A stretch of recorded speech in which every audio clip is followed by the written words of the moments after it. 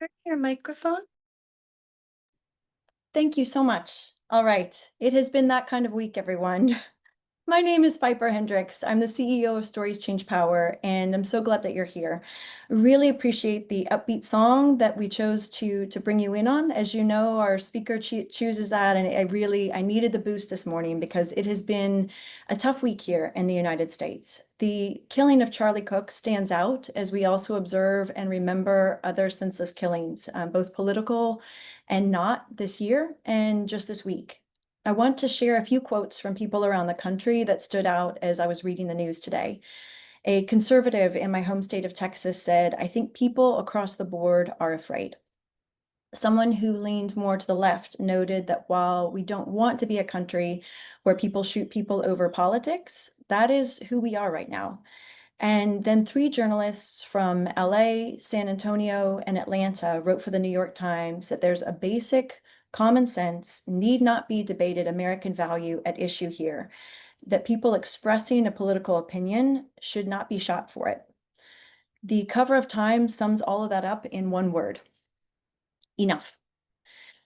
That is a heavy way to greet you today, but I think it's important to recognize where we are and then determine what we can do about it. And while no one can fix everything in a single webinar, I believe that your interest in what we're talking about today means that you are interested in being part of the solution to today's problems. So thank you for being here. Thank you for recognizing the importance of understanding people across political divides and being able to talk with each other and to hear each other. We know that conversations won't solve everything, but we see communication and conversation as foundational. It won't build your entire house, but without it, the house won't last. So, 4 quick reminders as we settle in. I encourage you just take a breath and fully be here for our time together. We've got captions if you need them. Your camera and mic will remain off, so make yourself comfortable as we dive in. Only AI is welcome or AI is only welcome in the recording. Our chat and everybody here is human. We welcome humans only, and we have the chat open during particular times in the webinar today for constructive conversation. There's also a Q&A box that will always be there. Put your questions in that Q&A box. It's at the bottom of your screen. If we're not able to reach them today, we will do our best to do that in a future newsletter, LinkedIn. We will get back to you with a response to your question. With that, it is an absolute pleasure to introduce Dimitra Giannakoulias today. As a facilitator, trainer, and principal of Demisera, I've been practicing that, Demisera Consulting, Dimitra is passionate about realizing human potential. She works with clients to design effective workplaces that increase employee engagement and achieve higher business results. With her bicultural upbringing and global experience, Dimitra uses cross-cultural perspectives to expand our understanding of human diversity in the workplace, and more recently, within families and communities. In 2023, she joined Braver Angels, an organization that is very close to my heart, to help restore civic health and reduce toxic polarization. In her spare time, Dimitra goes hiking and camping any chance she gets. I love that, enjoying the outdoors. I think we all need more of that these days. And also loves having dinner with family and friends, reading historical fiction, and watching old black and white movies. Dimitra, thank you so much for being here with us today. Well, thanks for having me, Piper. It's wonderful to be here. Yeah. So I'd also like to thank all of you for being here. This is not an easy topic, and echoing Piper, this has not been an easy week. And typically, I think most of the time, most of us just want to avoid talking about our divisions and our polarization.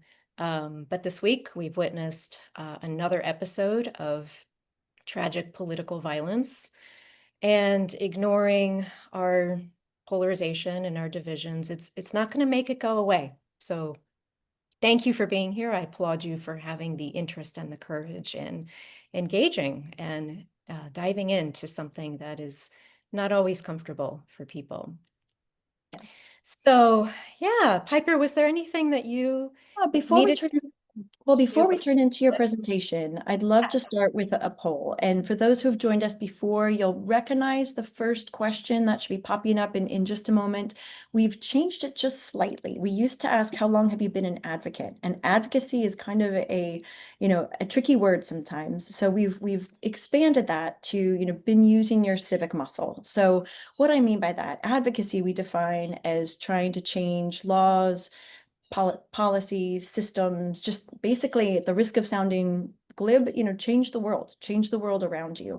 And with your civic muscle, that's being engaged, wearing your hat as a citizen, someone who's really involved in your community. And so we're curious, is that something that's new for you? Is that something that you've been doing for a good long while? Maybe this is completely out of your field professionally and personally. So we've got options there for everybody. I'm seeing responses coming in already. That's great. So that's our first question.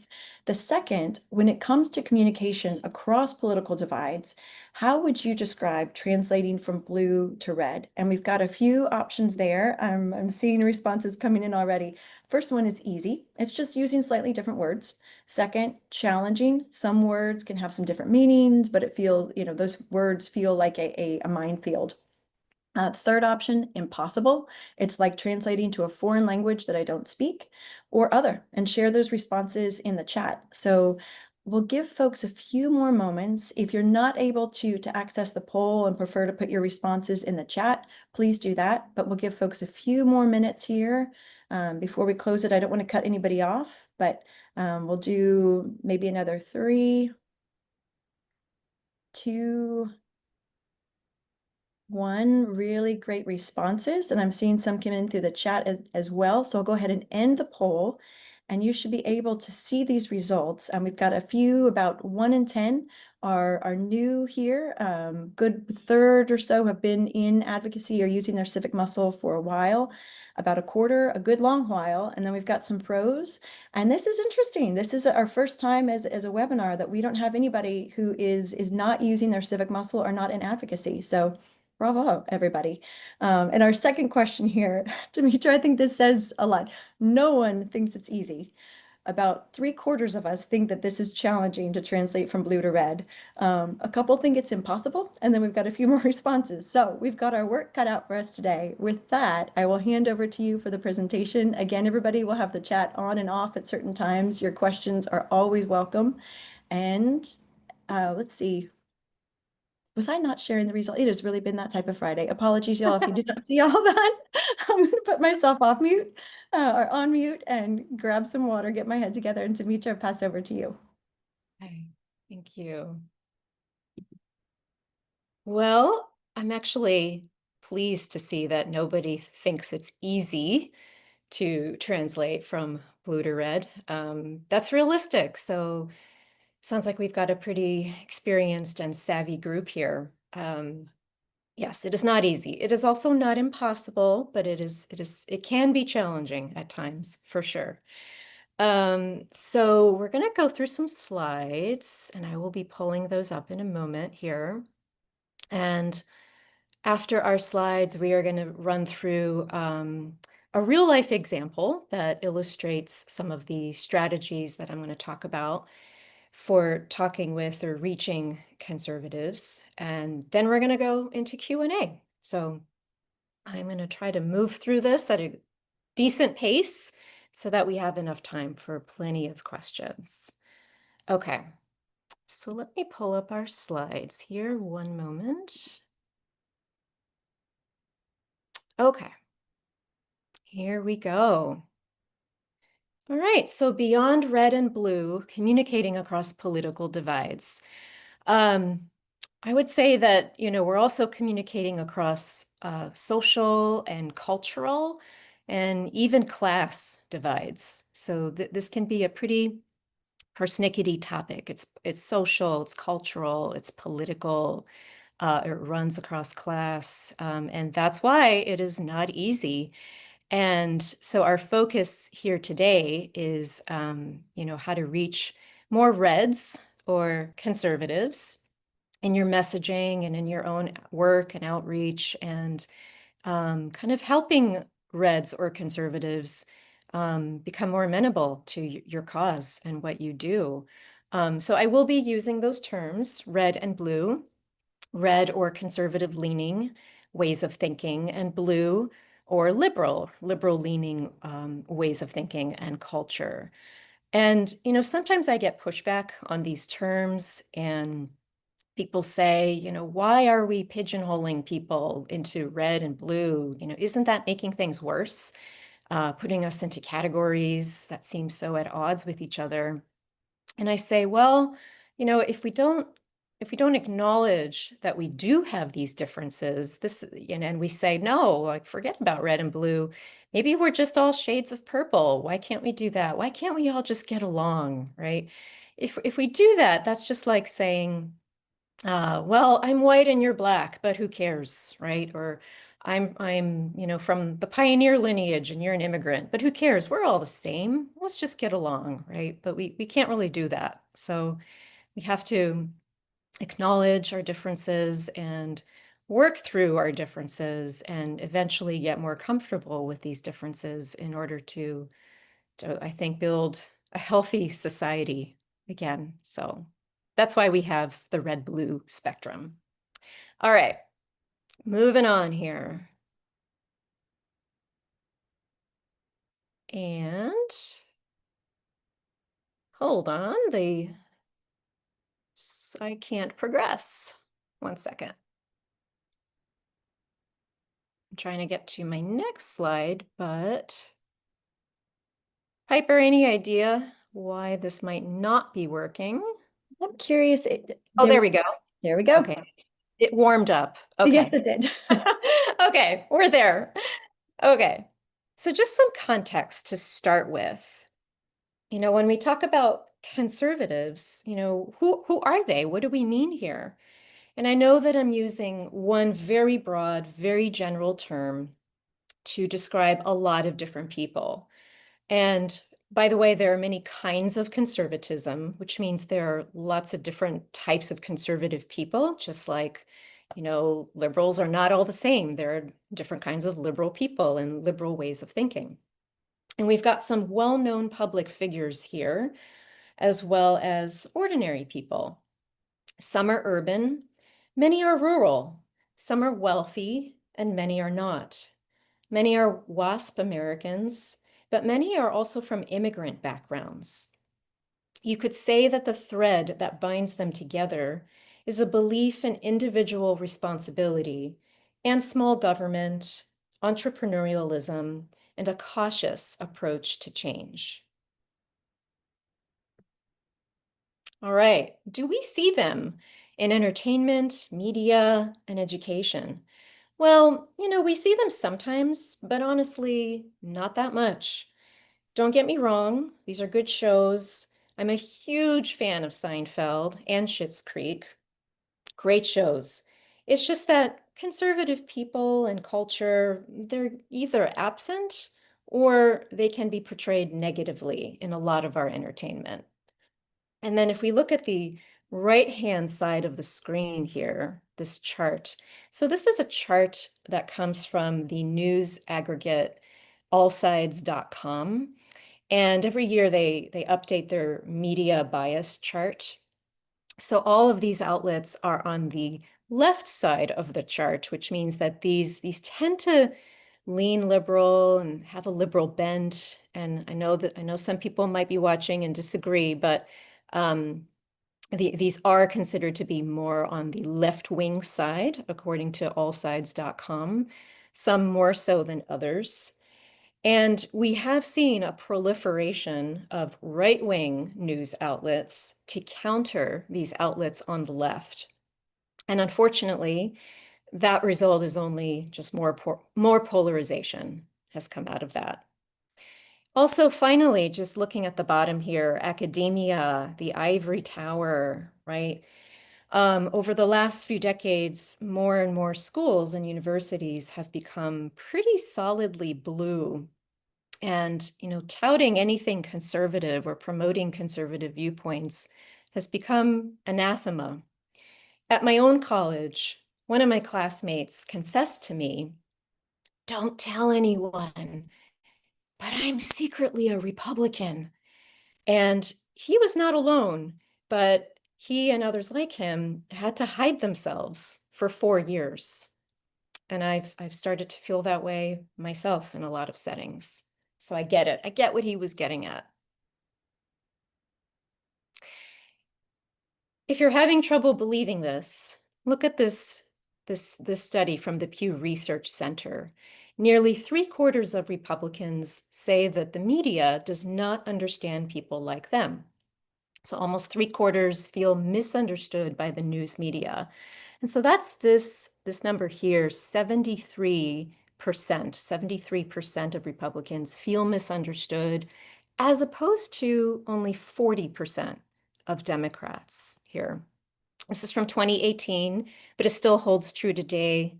I'm curious as to how this percentage may have changed, but I think this is still pretty much true. And let me say that not all conservatives are Republicans. I consider myself pretty conservative, but I do not affiliate with any party. And in fact, many conservatives do not align with any party.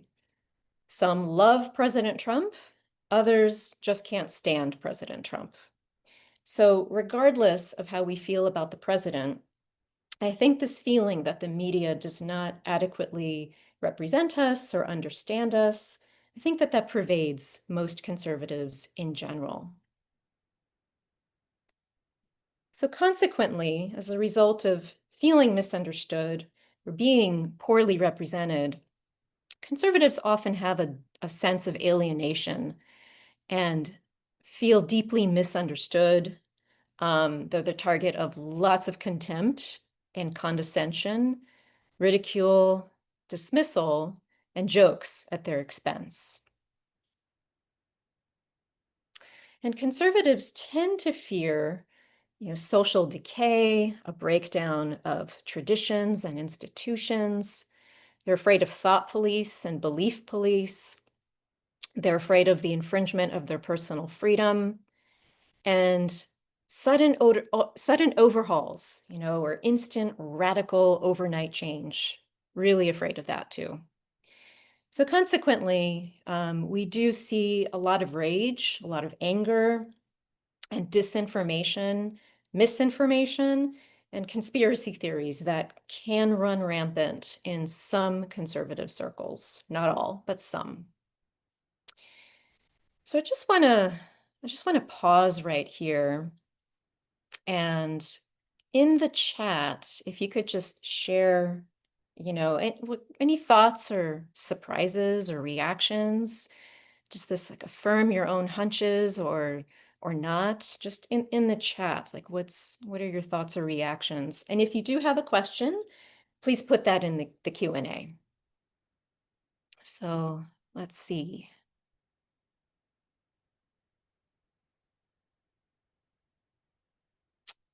Not seeing. We have a comment here from Dave, and I won't use any last names. Right. But sharing the thought, do liberals fear similar things, but in different ways? Different ways. Yes. Yeah, I think that's fair to say. Yes. Elisa, the examples you gave of Republicans are different than today's Republicans who are much more cruel. Okay. George, unfortunately, I live in a conservative state, so it is quite the opposite here. Yeah, I think that would be true if you live in a predominantly red state. Well, cruel is an interesting word, because on the flip side, I know a lot of conservatives, and I myself have experienced cruelty as well. So perhaps that is a shared experience that we could talk more about. Yeah. I'm Okay. seeing a note as well about the parallels in political ideology and race, particularly Black Americans and then religion, Muslims may also feel. And so I think, and then there was a comment earlier that I really appreciated how it's things are feeling, Melissa notes it's more personal and passionate. And also a comment here, Ade, I hope I'm pronouncing your name correctly, that, being heard is more of a challenge. Maybe we know how to switch over and speak in a different, quote unquote, different language, but then being heard is challenging. Yeah. Right. Okay. Thank you. I'm going to go back to the slides just to keep our pace going here. Thank you for all of your comments. I'll read more of these afterwards. I appreciate them. All right, so I'm going to dive into some strategies now for some messaging and outreach. But before I do that, I do want to emphasize that this is not about correcting anybody, right? I'm not espousing correct strategies or correct words or correct beliefs. So this is not about being right or wrong or good or bad. And I repeat, not about right or wrong, not about good or bad. This is simply about effectiveness. So if you want to be more effective and successful at reaching Reds or conservatives, here are some suggested ways to do that. And that's all that this is. All right, so let's go forward if I can progress here. Ah, hold on. It's stuck. Let's Were get you this. using, I know we both use Macs. Were you using the arrow keys I earlier? am. Yeah, now I'm hearing that pop. I am using the arrow. Maybe just 1 second. Let me stop sharing and share again. Might cooperate then. So share. Okay, let's try.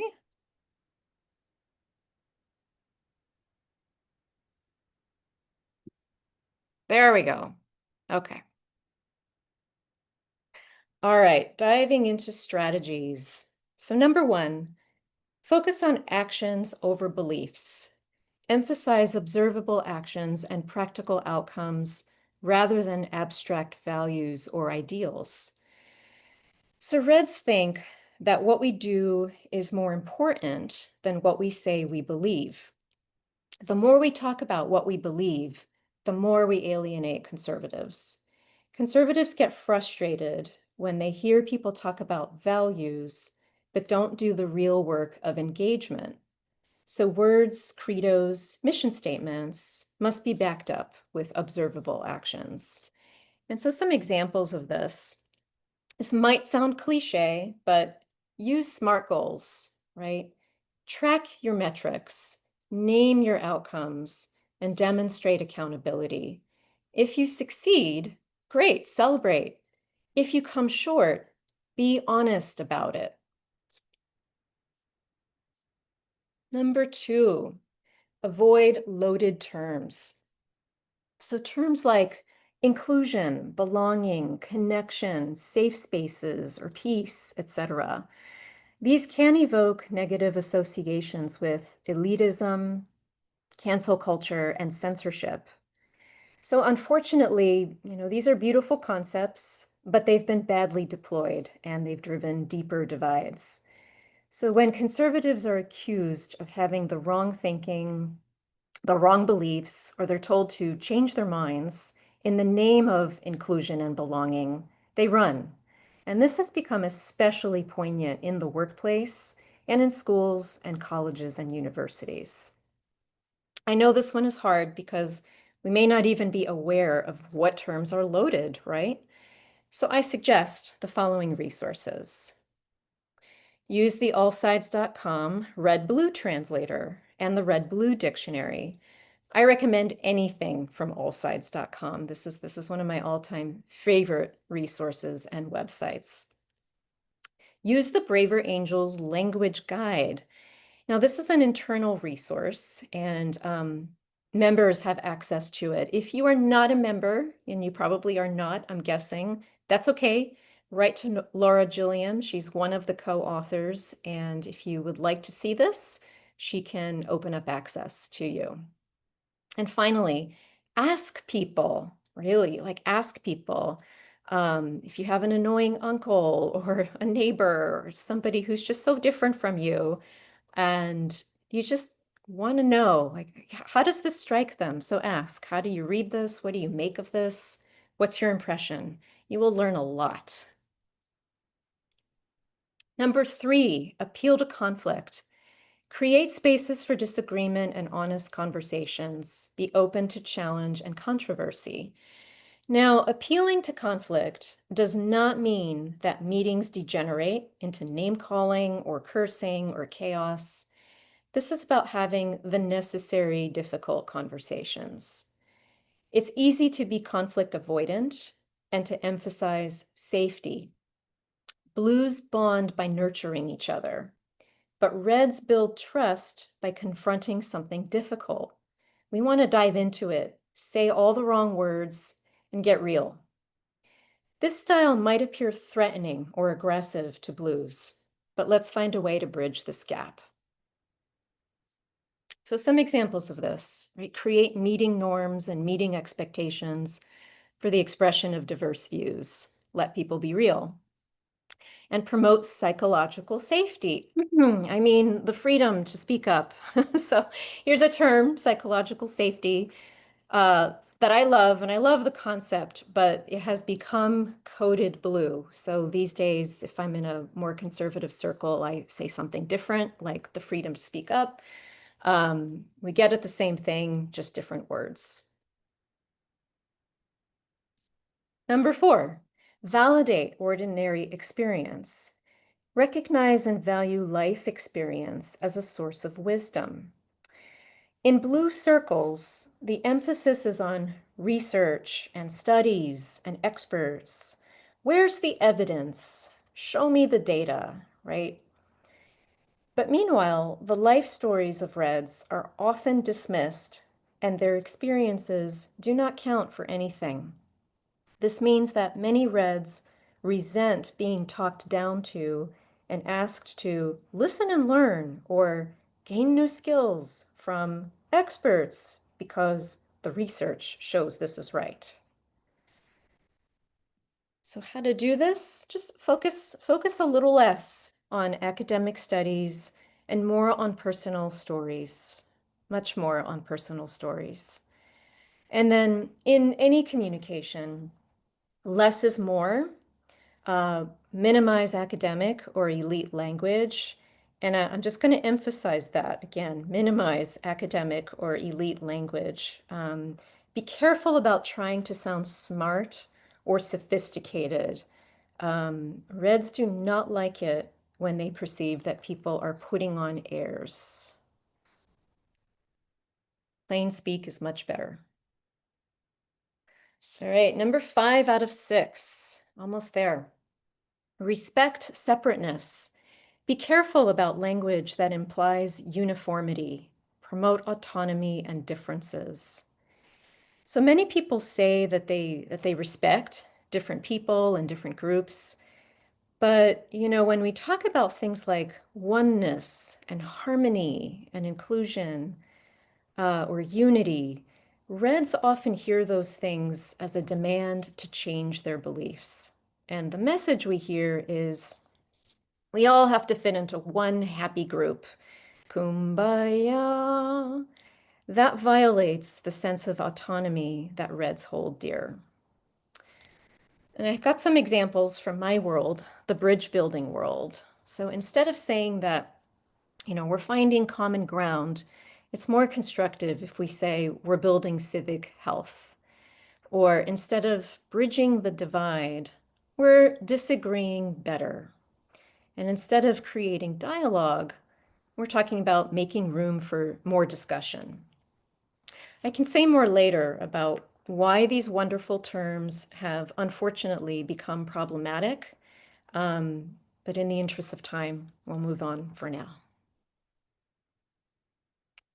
Okay, and then the last one here, number 6, cultivate an open heart. Take the time to build genuine relationships with the other. No need to talk about your values, live them here. So it's natural to stay comfortable with our tribe, right? That's normal. But our work requires us to open up. This is the chance to reach out and model real compassion, real listening, real understanding, connection, humility, and dialogue. Don't say these things, just do them. I know this one is probably the hardest strategy, but it's also the most important. So, give yourself the time and the space that you need to be able to do this. If you rush it and you go into a space where you think somebody's kooky or crazy or weird or just plain awful, that person knows it immediately. We all know what people really think of us. And we need to keep that in mind. If we're struggling with our own fears, our own scorn or judgments or dismissal, they will sense that and they will ignore us or just be rude or never come back. So some examples here. Go into red spaces if and when you're ready. If and when you're ready, go into red spaces, attend their gatherings and events, and have one-on-one conversations. Let them do most of the talking. Avoid playing devil's advocate unless invited to. Use personal communications like private invitations. No mass emails or mass mailings. And I'm going to say that again. No mass emails or mass mailings. That's if there's just one easy thing for you to do after today is don't do that, because those will all just go right into the trash. They'll never be read. They'll go into spam. Um, Conservatives want one-on-one personal communications. So just some food for thought. I think one of the most wonderful examples of an open heart is Abraham Lincoln. And he's famous for this quote, "I do not like that man. I must get to know him better."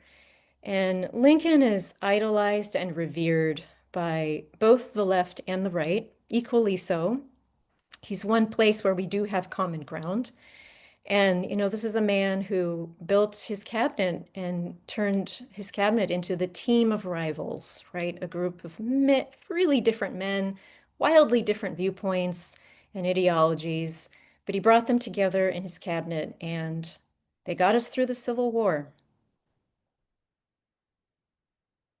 Finally, framing your messaging. Frame your messaging by answering 4 key questions. What problem are we here to solve? What decision are we here to make? What will you and I do about it? And how will we hold ourselves accountable concretely? And last but not least, if this hasn't been made clear already, here we go. Some pretty common values: pragmatism and practicality, structure, order, stability, slow, measured, and cautious change, personal responsibility, autonomy or individualism, directness and plain speak, and a focus on local community issues as opposed to the global or the planets or anything philosophical. So keep it local and community based. Okay, so again, I just want to pause here and in the chat, yeah, any reactions or thoughts to what we've gone through so far before we do our case study. So looking at the chat, um,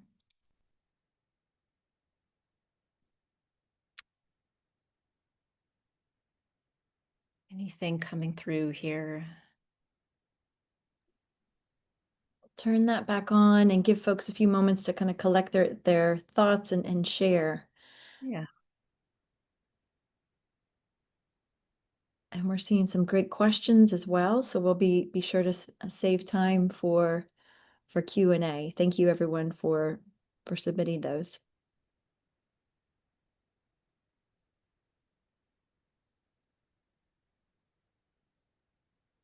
Let's go ahead. We can leave the chat on. Here's a good point here from Pam.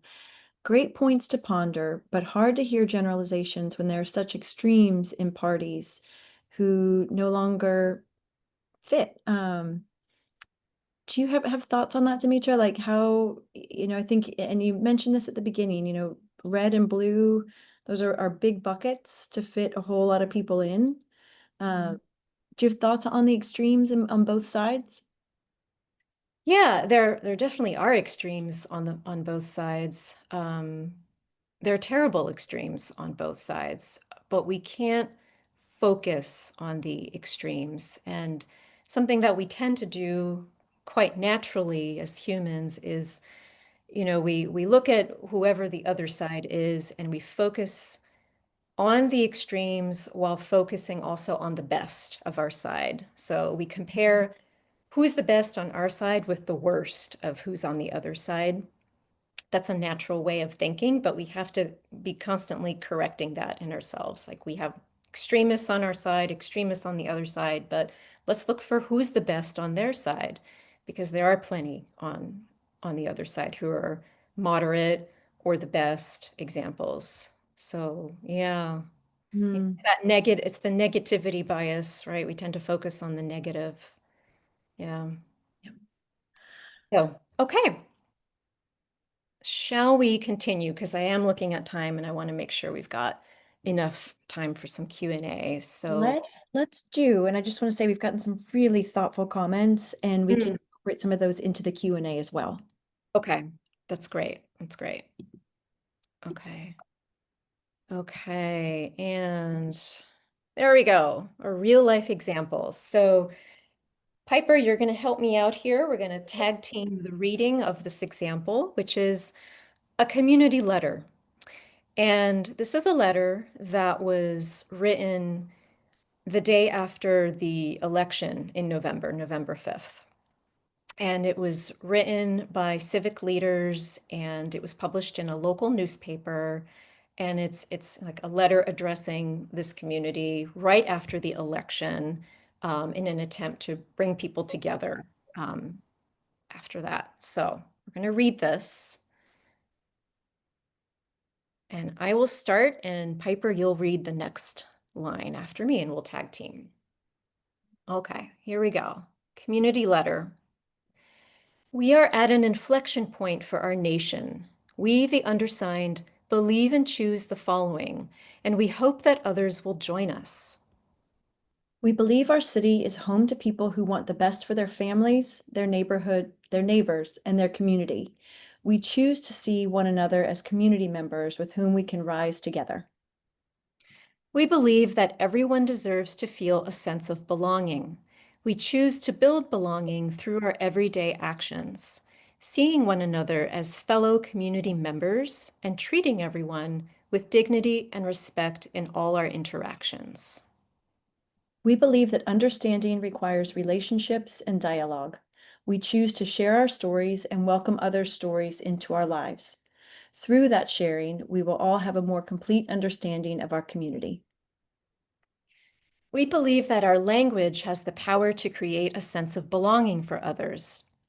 We choose to speak in ways that affirm our community and choose not to use language that demeans or devalues others. Yes, the United States of America's future is shaped by elections, but it is also shaped by our everyday choices. In choosing to live here, we choose belonging over division. We choose hope over despair. We choose our community. Okay. All right. Um, any quick thoughts about this letter? So I'm very curious as to what assumptions are in this letter. Anyone have any ideas about what assumptions are in this letter? And Piper, I'm going to leave my view of chat closed because I don't want my screen to get stuck again. So you let me know if any responses come in. Sounds good. Sounds good. I will say, I'll take some liberty. Let's see. Okay, so Laura's saying it's left leaning based on your earlier slides. Laura, you are quicker at this than I was. I'll say there were a lot of things that felt, really positive, choosing community and choosing hope over despair, things that seemed positive. And so good point there. I don't want to discourage others though for, okay, we've got Ade's way agreeing. Any other thoughts? I like your prompt there, Demetra, of what sort of values, what are you hearing in that? Pam is saying certainly that it is based on an election causing the opposite of what the community is promoting. That's a good read. It assumes that some people do not feel like they belong. Good point, Amy. Mm-hmm. Yeah. Anything else? That's all we're seeing now. I think as folks continue, here we go. Dave says, I hate to show my bias, but this is definitely not written by someone who liked the election results. Yes, bingo. Okay, good. Thank you. So I think so this letter is so well intentioned, and I think that, the spirit of it has a lot of love and care and concern, and I really admired that, the authors of this letter and the undersigners wanted to assure people that no matter what happens, we are together, we're a community, we care about each other, and we will continue to support each other as a community. That's wonderful. However, the assumptions of this letter are that, oh my gosh, Trump was elected, therefore we are despairing, but we're choosing hope over despair. This was the worst thing that could happen. What a horrible event has happened here, right? So a lot of people feel that way, but it's assuming that, well, of course, everybody must feel that way too, when actually a lot of people thought this was a great outcome, right? So it kind of denies the existence of that. It Mm. assumes that this was a terrible event, but in spite of these horrible circumstances, we're going to support each other, and that already alienates a lot of people. Um, so that's the key thing that I think that was the key flaw of this letter. There's more. I mean, there's a ton of language here that I think is also alienating. All the belonging, that word was repeated so many times. But let's move on. So here is a revised version of the letter. Oh, I'm still stuck. Hold on. There we go. And so this is really the same letter, but it's just a little bit different. It's a little bit different. And Piper, will you start off and read, and I'll just read the bullets. Sure thing. We are at an inflection point following the election. We live in a time of political division, but in spite of that division, our city is home to people who want the best for their families, their neighbors, and their community. No matter our politics, we see one another as community members with whom we can rise together. We, the undersigned, take the following courses of action and hope that others will join us. We will treat our fellow neighbors with dignity and respect. We will get to know people who have different experiences. We will share our stories and welcome others' stories into our lives. Through that sharing, we will all have a more complete understanding of our community. We will seek to understand other points of view by listening to, talking with, and learning from people who disagree with us. We will work with people who have different ideas, knowing that the best decisions and results come from a combination of different perspectives. We will invite differing viewpoints to shape local decisions within our community. Yes, the United States of America's future is shaped by elections, but it is also shaped by our everyday choices. In choosing to live here, we choose unity over division. We choose civic health over partisan conflict. We choose responsibility and action over apathy and fear. We choose our community. Okay. Thanks, Piper. So, my one question for you here is, how is this letter different from the original? Any thoughts in the chat?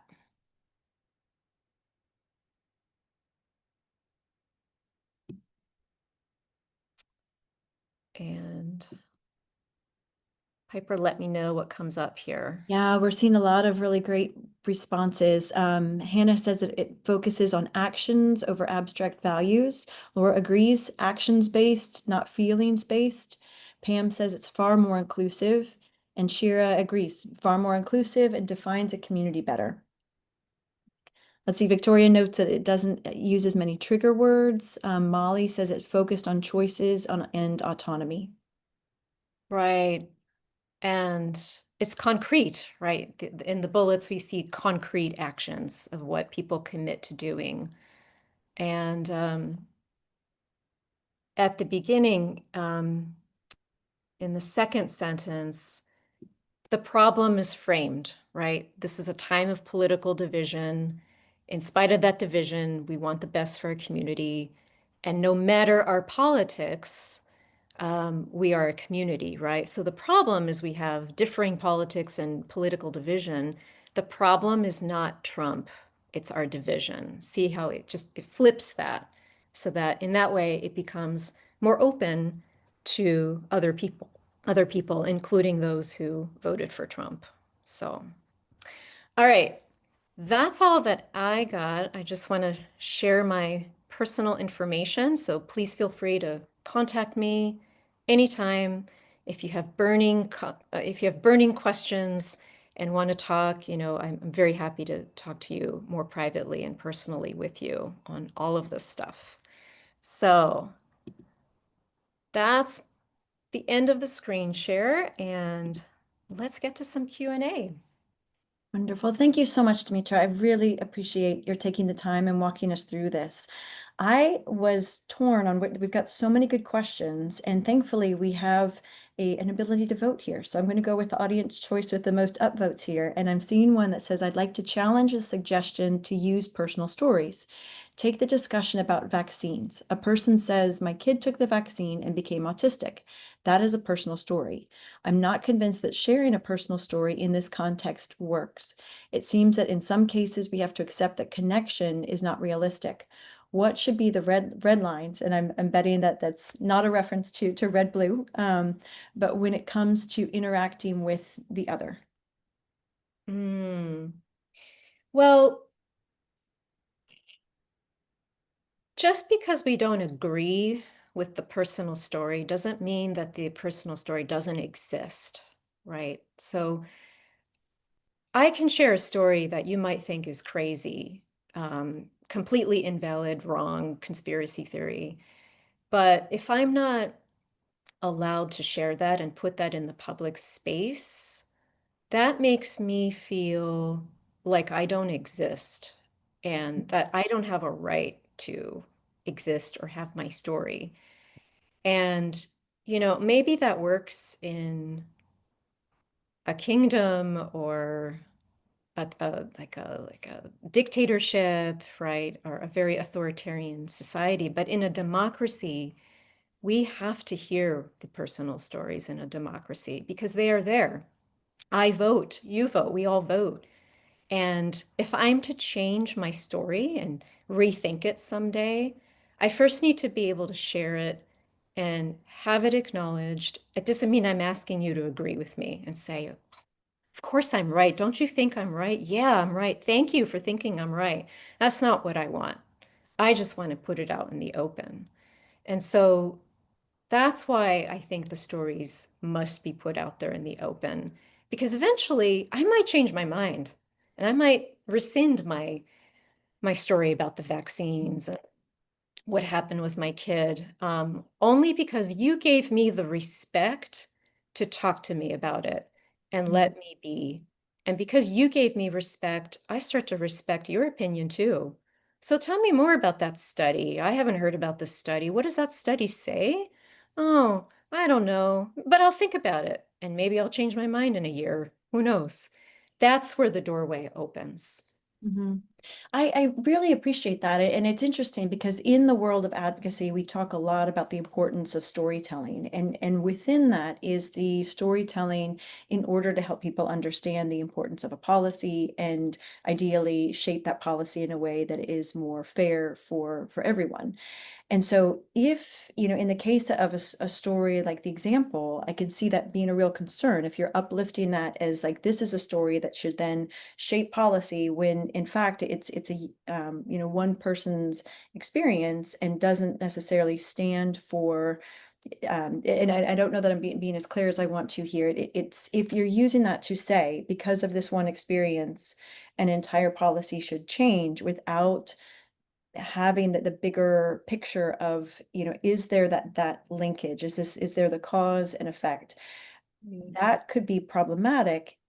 At the same time, if that has been someone's personal experience, if we deny that, then we're shutting people out of the conversation rather than saying this was your experience, but here let's dig in more deeply. I don't think that came out as clearly as I'd hoped, but is that sounding? That's very clear to me. Yes, yes, exactly. Right. Because experiences are what we know, right? Mhm. I have my personal experience and my life experience, and maybe my thinking is flawed or my conclusions are flawed, but I'm going to first go on my experience. And when that experience is lifted, I can then change it. I'm now given a choice to change the conclusions I make about my experience. Mhm. Yeah, and I think that I'll hold that thought for just a second. As folks have questions, please keep putting those in the Q&A, and please help me out. Give a thumbs up to any question that you'd like to make sure we reach in our time together. Demetra has very graciously agreed to stay a bit beyond the hour. We anticipated there would be a lot of questions. So if you're not able to stay beyond the hour, that's okay. There will be a recording, but we'll try to get to as many as possible. But help me decide between all of them because there's so many good ones. So what I'm hearing with this is it feels like there's kind of three ways of treating a story. Is there one that we uplift as the example for this should stand for the way everyone understands a particular issue and influence a particular policy? There's also that the personal story, this happened to me. I'm not claiming that it stands in for everything. And then a third way would be just dismissing that story. And as we've seen in many of the comments, as you talked about in your presentation, no one wants to feel like they're being dismissed, like they're not heard. And so that is where I'm hearing that how we share those personal stories, because always, those stories, those experiences, as you've said, are so valuable. But then how do we hear them and what do we do with them is a next question.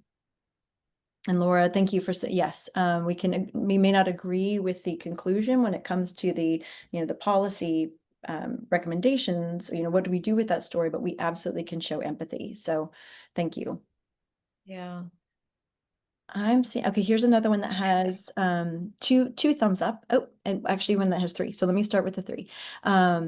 Amy says she's in a lot of spaces of people on the left trying to figure out how to talk with people on the right, how to connect, how to be heard, how to hear.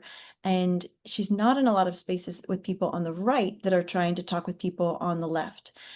She asks, am I in the wrong spaces? Is there more of a, or is this more of a priority for the left than the right? And thank you, my goodness, a lot of other votes coming in for that one too. So thank you, Amy, for your question and everybody for helping elevate that one. Demetra, what would you say to that? Uh, so I think there's two questions in there. Am I in the right space? And is it more of a priority for the left to do that? Okay. So, yes, I think these days, there's so much distrust and mistrust and a cynical sense of having given up on the right that a lot of people on the right just don't want to engage because they've given up because they've had years of, being talked down to or condescended to, and so they've just put up a wall. It's not true of all of the conservatives out there, right? But it is certainly true of a lot.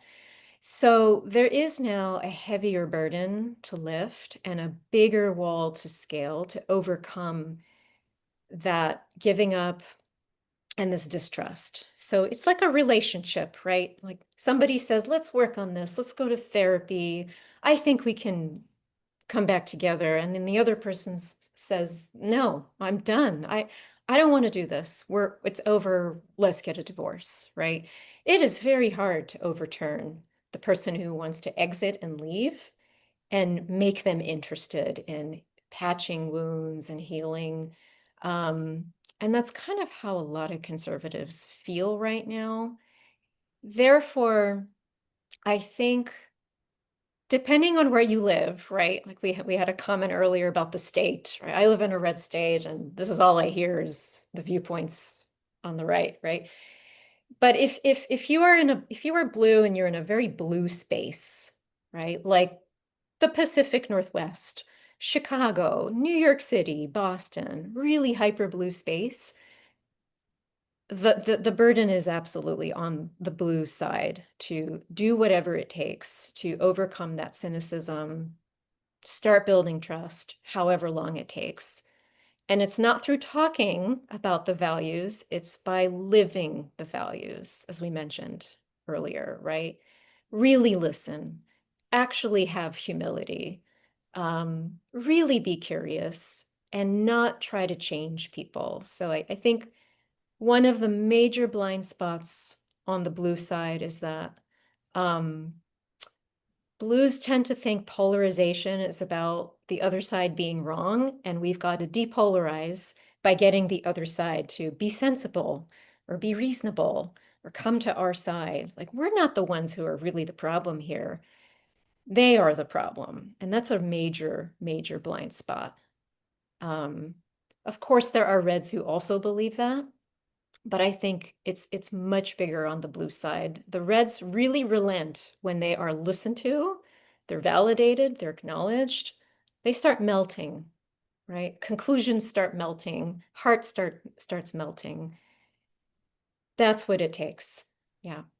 Yeah, I appreciate that. And it leads into a question that we've got here from someone, an anonymous attendee says, even the questions here sound a bit like, how do I talk to people who I know are wrong? How can each of us foster genuine curiosity and start with the idea that we may actually have something to learn? Right. Yeah, if you think you're talking to somebody who's wrong, it's over. It's never going to work. It's never going to get off the ground. Um, that's the hard, like the first step is the hardest. That there you go. Yeah, if you are posing a question or walking into a room thinking these people are all wrong, but I'm just going to listen. I'm going to pretend to be interested. I'm going to nod and smile. Try to ask some questions. Mhm. Eventually, hopefully, they're going to come around. If that's the attitude, they're just going to dig in, dig in, dig in, dig Mhm. in, to the point where policies do become cruel, right? So that word, it's a really great word that was brought up earlier, cruelty. We are seeing cruelty, and this cruelty comes from years of feeling, I think, culturally alienated. So it's created very aggressive moves politically to compensate or maybe overcompensate for being culturally unrepresented, I think. Yeah. Well, and Ade is reading my mind here. I think she says I think you have to engage in conversation with the desire. And I'm going to pause myself because I know an Adewale who's a he. So I just made an assumption on pronouns. Ade says, I think you have to engage in conversation with the desire to understand why someone thinks, feels the way they do, not to change them. And that's so Yes.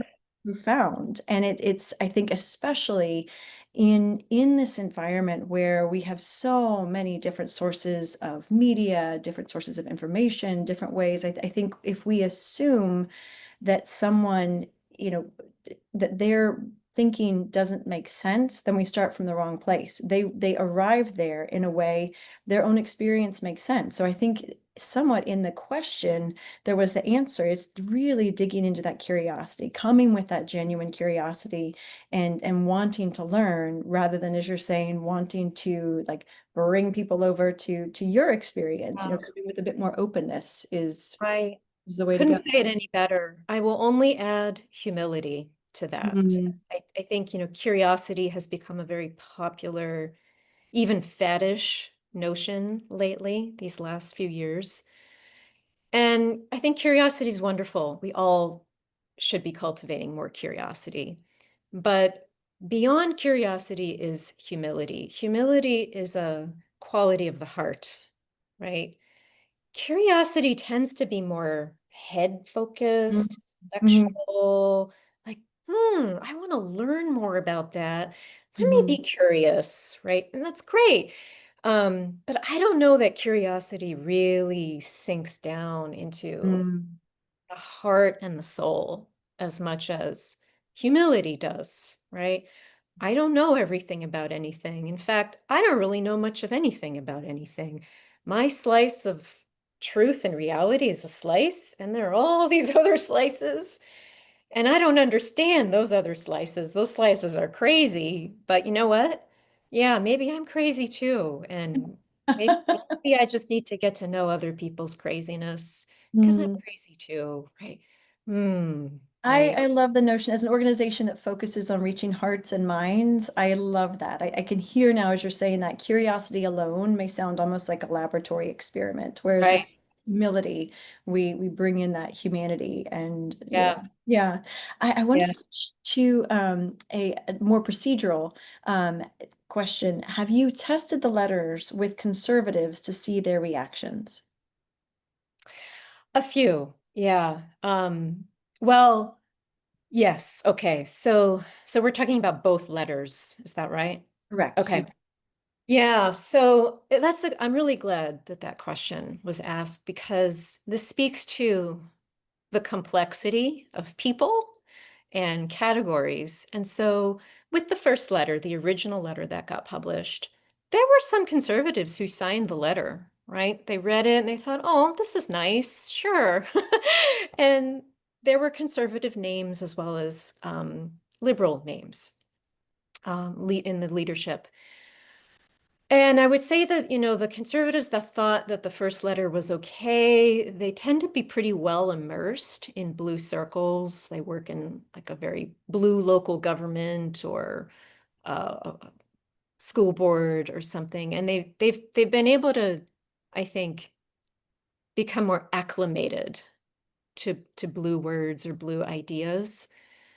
But then, when I showed the letter to others, some community members that read this letter, I got eye rolls, I got head shakes, and I thought, these people, like, how dare they? How dare they tell me that we need to have hope over despair, right? How dare they tell me that what kind of language to use that's not going to be demeaning or devaluing to others? I'm going to decide what's demeaning or devaluing to me, not them, right? So you could see how all these perceptions start just going down these rabbit holes that are the antithesis of what the authors intended. So that did happen. Um, and then the rewrite, I wrote the rewrite. I never published the rewrite, but I wrote the rewrite and I did bring it to some conservatives who compared it to the Verst and they said, yeah, I could be on board with this one. Yeah, I could be on board with this one. And some of my blue colleagues said, yeah, I could be on board with this one too. So I think we're aiming for trying to neutralize the message in a way that speaks to both without diluting the power. Yeah. Yep, really appreciate that. Neutral, but still powerful. And I really appreciate your flagging. There's that you need to build in that time in communications to have people read it, to how does this land with folks? Because as much as we want to believe, and there's great tools out there, I know Amy has been part of developing those, to translate it, we're still a sample size of one. So getting more input is so important. So Yeah. I think we have time for two more questions. I'm relying again on these thumbs up, and I see one from Meredith saying, "I feel like people should be able to bring their whole selves to conversations with those who disagree. I'm hearing you say we should exclude certain words and topics and quote, don't try to sound smart. It feels like this is encouraging people to change or censor themselves in a way that is not genuine in order to cater to conservatives who don't like their word choice. How do we balance the need to open the door to conversations and also not bend over backwards to change who we are if we are not conservative? Right. So again, this is not about correct words and it is not about censoring words, but it's about reaching people effectively. So if you are talking to someone and you speak about something in a way, pay attention to how others are responding. You know, is there a shadow on on their face? Do they look like they're leaning back, or are they shutting down in some way? Have they lost interest in the conversation? If you it's an ask to become more attuned to what's going on with the other person. And this isn't catering to them. This is meeting their needs, right? So when that happens, because it does happen, it happens with me, right? It happens all the time, right? We're human. We're not going to say things perfectly all the time. And some words are going to resonate so much better with some people than they are with others. And we feel it, right? Like, oh yeah, I get it. Yeah, you get it. Oh, we all get it. This is great. Then the next day you say the same words, the same message, and somebody's just like, sure, okay, okay. When that happens, that's the time to dive in. So this is what I really mean by this, but how does that, how did that, are you hearing that, or what does that sound like to you? Does Mhm. this make sense to you? How, what does this mean, right? Like really ask them questions, inquire, be inquisitive. What are they hearing and how are they taking it, right? How Yeah. are they taking it? Just ask. Just And if I'm ask. hearing you, I think there's also a kind of knowing who you're talking to. I remember years ago using the term NGO, and someone said, "Well, what is an NGO?" And I thought, man, I need to remember, I'm not in the bubble of NGOs, and changing my language in a way. And I wasn't doing that from a place of trying to sound smart. I was just not remembering that that's not a term that's familiar. And so I wonder if there's a range that we all have where we're in a particular group, and this is language that everyone speaks along with us. And then in another group, it's not a dumbing down, it's just being more accessible. And it's not, trying to ever speak where folks don't understand, just having, being within our own range, but still being authentic to our own experience. Does that sound right to you? Yes. Yes, it does. Yes, it does. Um, the thing that people value is being real, whatever that means, wherever a person is coming from, is being real, and then engaging with them. Like, this is what it means for me. What does it mean to you? Oh, interesting. I didn't know that. Okay, so what should we do instead? Or how should we word it instead? Does it still mean the same thing? I don't know that it does. Just really dive in and be with somebody to find where the shared connection actually lives. One more question. I'll take this one from the chat, and then I have a final, or always final question, and we'll close out and give it, you know, I don't know where that sentence was going. It really is a Friday. So from Sarah, we have, I am working on a documentary film about low-income single moms, portraying three individual moms who are stigmatized and now facing increasing financial strain and stress. I'm wondering how I can capture an audience of conservative policymakers. Most liberals I talk to about it say conservatives won't even watch it. Do you have advice for Sarah as she's making the film? Ooh, uh, I want to talk to Sarah. Yeah, so it's hard for me to come up with something It's a big question. useful, yeah, without actually seeing the material, like Mhm. seeing part of a script or watching a few scenes. I have a really good friend who's a documentary maker, and she's on the opposite side politically from Mhm. me. She's wonderful, and she made a documentary about homelessness in our area, but it only reached blue audiences, and there were certain things I think she could have done differently. to bridge across to red and blue. But I'd have to talk with Sarah more about how things are framed, how the situation is framed, and what policies are implicitly suggested as being helpful or unhelpful. Yeah. Okay. We'll encourage Sarah to use the contact information you shared and get in Yeah. touch. And I'll say, Sarah, kudos to you for asking this question early on. I think we know a lot of folks who will create an entire film and then realize it's not made in a way that will reach the people that we're trying to reach. So really brava for asking the question early. One last question to you, Demetra. We have covered so much today. If there is one thing that you'd like for everybody to remember, what is that thing? I don't know everything about everything. So to really take that spirit and walk away with that, think about that um there's so much to learn from people who don't make sense to us and whose ideas seem repellent to us, or policies. I mean, really, it's I want to distinguish between ideas and policies. We get so focused on policies and laws and regulations, but most people have much more shared common interests and needs and values that are that we need to detach from the ultimate policy. So, we don't know what people's motives are, what their life experiences are. So, really, I think w- cultivating that open heart and that sense of humility, that I don't know why this person does what they do or says what they say or votes how they vote or how could they support so and so, but I don't know, I just don't know. So maybe I could learn something from that. Maybe I could learn something wonderful from that.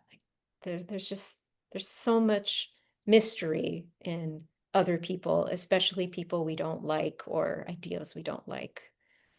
Yeah. Come back to that Abraham Lincoln Hearts. quote that, Abraham Lincoln quote. yeah, yeah, and what a perfect reminder today, this week, this year. So thank you. Thank you for joining and sharing. Thank you everyone for staying on, including into our bonus time here. We will share the recording. There will be links there to stay in touch with Demetra and learn more about Braver Angels. As always, this is an ongoing series. We actually have a bonus webinar to this month in September on the 26th. We'll reconvene and talk about media and misinformation, which feels like a bit of a continuation here, not unrelated certainly to what we've been talking about today. We also have two really important courses in October, Storytelling 101 and Ethical Storytelling. I feel like you all have earned with this longer webinar a bonus too. So if you would like to register, use the word webinar, all uppercase, to save $25 on your registration. We would love to see you next month in these courses. Last thing, as you leave the webinar today, a 15-second poll will pop up. Please take the time to be a helper and share your feedback. It's incredibly helpful for us as we develop future webinars. So with that, thank you everyone. Do well, be good, stay in touch, and we are sending good things your way for your Friday and as you go into the weekend. Thanks, Piper. Thanks, Demetra. Take care.